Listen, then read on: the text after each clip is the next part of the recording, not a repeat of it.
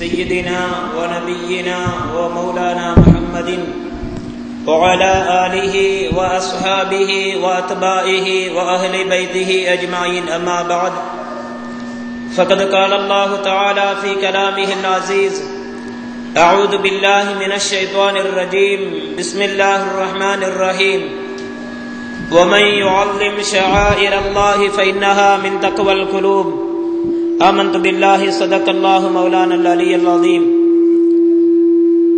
رضيت بالله ربا وبالإسلام دينا وبمحمد صلى الله عليه وسلم رسولا رب اشرح لي صدري ويسر لي أمري واحلل عقدة من لساني يفقهوا قولي سبحانك لا علم لنا إلا ما علمتنا إنك أنت العليم الحكيم وما توفيقي إلا بالله عليه توكلت وإليه أنيب لا حول ولا قوة إلا بالله العلي العظيم சர்வ புகழும் புகழ்ச்சியும் ஏகவல்லநாயன் அல்லாஹ்வுக்கு சுப்ஹானஹு வ தஆலாவுக்கே என்றென்றும் உரித்தாகட்டும். ஸலவாத்தும் ஸலாமும் கண்மணி நாயகம் முஹம்மது முஸ்தபா ஸல்லல்லாஹு அலைஹி வஸல்லம் அன்னவர்கள் மீதிலும் அன்னவர்களின் பரிசுத்த குடும்பத்தினர்களாகிய அஹ்லு பைத்துக்கள், சஹாபாக்கள், தாபிஈன்கள், தபா தாபிஈன்கள், இமாம்கள், இறைநேச செல்வர்களான அவுலியாக்கள், நாதாக்கள், ஷேഖமார்கள் கியாமம் வரைக்கும் அன்னவர்கள் மீது உண்மை முஹப்பத்து வைத்து வாழக்கூடிய அத்துணை முஃமின்கள் மீதிலும் என்றென்றும் உண்டாகிக் கொண்டே இருக்கட்டும் என்று வேண்டியதன் பின்னால், கண்ணியத்துக்கும் மரியாதைக்கும் உரிய உலமா பெருமக்களே, சாதாத்துமார்களே, மரியாதைக்குரிய முகத்தமீன்களே, இஹ்வான்களே, ஷாதுலியா தரீகாவை சேர்ந்தவர்களே, ஏனைய தரீகாக்களை சேர்ந்த இஹ்வான்களே, புனிதம் நிறைந்த ஒரு முபாரக்கான மஜ்லிஸிலே நாம் எல்லோரும் அமர்ந்து கொண்டிருக்கின்றோம். கண்மணி நாயகம் ஸல்லல்லாஹு அலைஹி வஸல்லம் அவர்களுடைய அஹ்லு பைத்துக்களை சேர்ந்தவராகிய அவர்களுடைய 17வது தலைமுறையிலே அவதரித்த ஷேഖனா அபுல் ஹசன் அலி ஷாதுலி ரலியல்லாஹு அன்ஹு அவர்களுடைய மனாக்கிபு, அவர்களுடைய ஞாபகார்த்த இந்த மஜ்லிஸிலே நாம் எல்லோரும் விட்டு இருக்கின்றோம். பல நூறு ஆண்டுகளுக்கு முன்னால் வாழ்ந்த, எம்மை விட்டும் வாழ்ந்து மறைந்து எமக்கு எந்த விதமான உறவு முறைகளும் அற்ற அப்பேற்பட்ட மகான்களை இவ்விடத்திலே நாம் ஞாபகப்படுத்திக் கொண்டிருக்கின்றோமே. எதற்காக வேண்டி நாம் ஞாபகம் செய்கின்றோம்? கண்மணி நாயகம் ஸல்லல்லாஹு அலைஹி வஸல்லம் அவர்கள் சொல்லிக் காட்டினார்கள், உதுகுரு மஹாசின மௌதாக்கும் அவ் கமா கால் அலைஹி ஸலாத்து வஸ்ஸலாம். உங்களை விட்டு மறைந்து மண்ணறையிலே வாழக்கூடிய அந்த மௌத்தாக்களை பற்றி, அந்த மரணித்தவர்களுடைய வாழ்க்கையிலே நடைபெற்ற நல்லவைகள் இறக்கமாக இருந்தால் அதை நீங்கள் ஞாபகப்படுத்திக் கொண்டே இருங்கள் என்று சொல்லி அன்னலம் பெருமானார் ஸல்லல்லாஹு அலைஹி வஸல்லம் அவர்கள் பொதுப்படையாகவே சொல்லி வைத்திருக்கின்றார்கள். பொதுவாக ஒரு சாதாரண மனிதனுடைய வாழ்க்கையில் கூட அவன் மரணித்ததற்கு பின்னால் அவனுடைய வாழ்க்கையில் நல்லவைகள் நடைபெற்றிருக்கமாக இருந்தால் அதை நீங்கள் ஞாபகப்படுத்துங்கள். அதன் மூலமாக அவனுடைய பாவங்கள் பொறுக்கப்படுகின்றது. அவனுடைய நன்மையேட்டிலே நீங்கள் பேசப்படக்கூடிய அந்த நலவுகளின் மூலமாக அவனுடைய நன்மையேட்டிலே நன்மைகள் பதியப்படுகின்றது என்ற செய்தியை அன்னலம் பெருமானார் ஸல்லல்லாஹு அலைஹி வஸல்லம் அவர்கள் சொல்லி வைத்திருக்கின்றார்கள். வேறொரு ஹதீஸிலே ஒரு மனிதன் மரணித்ததற்கு பின்னால் அவனுடைய பாவங்களை பற்றி, அவனுடைய தீய செயல்களை பற்றி நீங்கள் பேச வேண்டாம் என்று சொல்லி மன்னலம் பெருமானார் ஸல்லல்லாஹு அலைஹி வஸல்லம் அவர்கள் தடுத்திருக்கின்றார்கள்.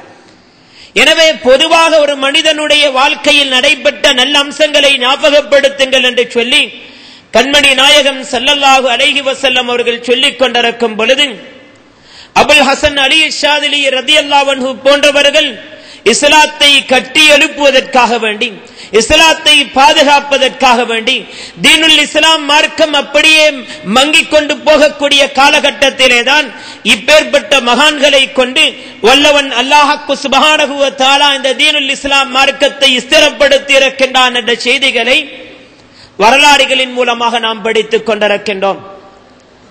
இவர்களுடைய சமகாலத்திலே வாழ்ந்தவர்கள் குத்துபுல் அக்தாப் முஹியுத்தீன் அப்துல் காதிர் ஜீலானி ரலியல்லாஹு அன்ஹு, ஹாஜா முஈனுத்தீன் அல் ஜிஸ்தி ரலியல்லாஹு அன்ஹு, சுல்தான் அல் ஆரிஃபீன் சையத் அஹ்மத் கபீர் ரிஃபாயி ரலியல்லாஹு அன்ஹு போன்ற பெரும் பெரும் மகான்கள் எல்லாம் கண்மணி நாயகம் ஸல்லல்லாஹு அலைஹி வஸல்லம் அவர்களுடைய வம்சாவளியை சேர்ந்தவர்களாக, அவர்களுடைய குடும்ப பரம்பரையை கொண்டவர்களாக இருந்து கொண்டிருக்கின்றார்கள்.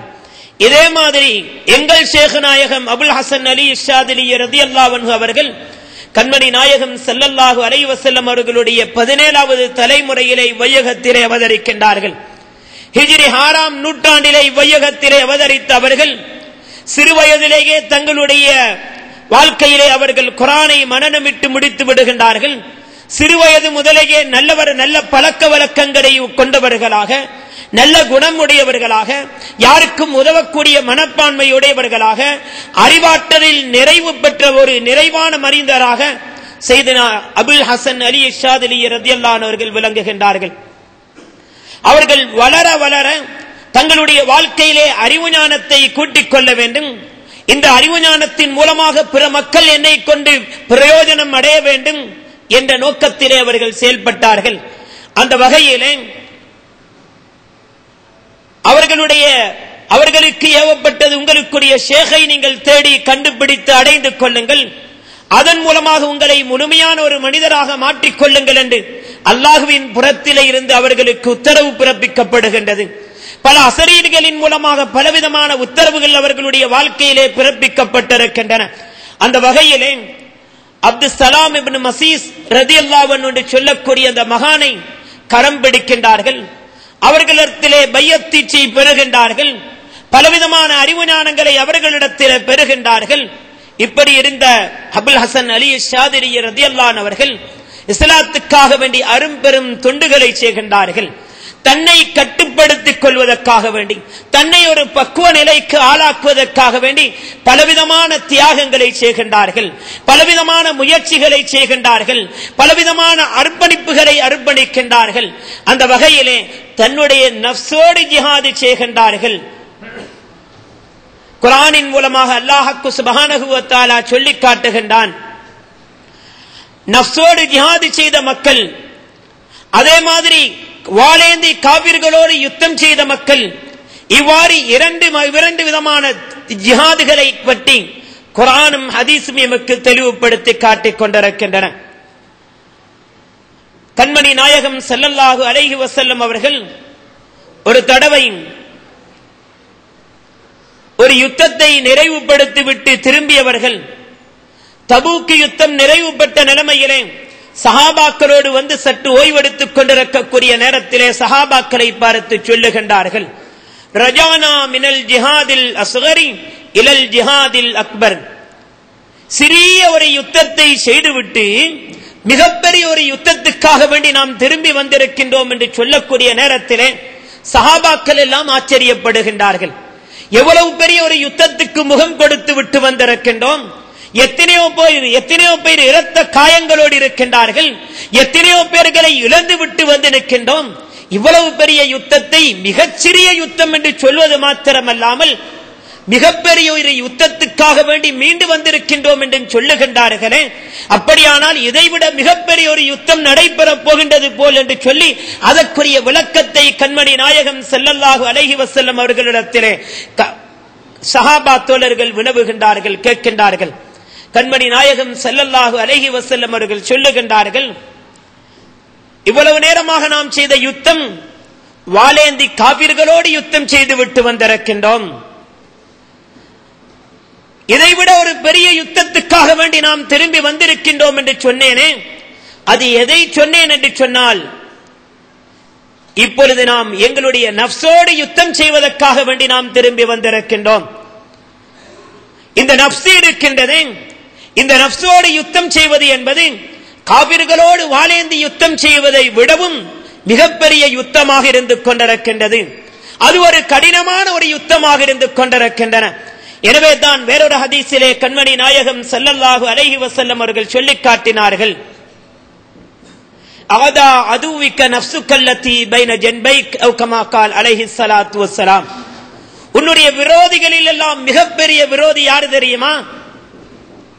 உன்னுடைய இரண்டு தோல் புஜத்துக்கு மத்தியிலே உன்னை இருக்கக்கூடிய உன்னுடைய நஃப்ஸ் இருக்கின்றது, அதுதான் உன்னுடைய விரோதிகளில் எல்லாம் மிகப்பெரிய விரோதியாக இருந்து கொண்டிருக்கின்றது. எனவே